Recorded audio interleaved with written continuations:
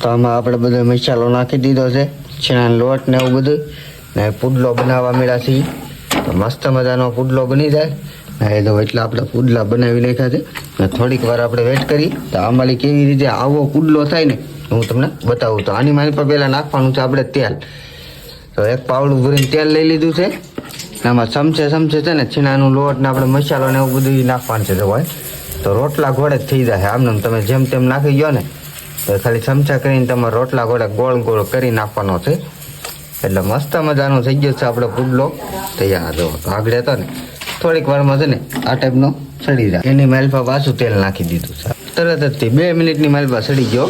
હવે આ તો ઘા થાય. જો હવે આગળ છે ને આ સાઈડ સડી જાય એટલે સીધા આપણે પુડલો તૈયાર. આગળ ફેરવી નાખ્યો. જુઓ એક સાઈડ સડી ગયો, એક સાઈડ બાકી છે તો પાછું તેલ નાખ્યું. આ તેલમાં વધારે ઘા ફટાફટ સડે. તો આપણો પુડલો થઈ ગયો છે તૈયાર. તો હાલો અહીંથી લઈ અહીંયા મેકી દેવાનો છે આપણે.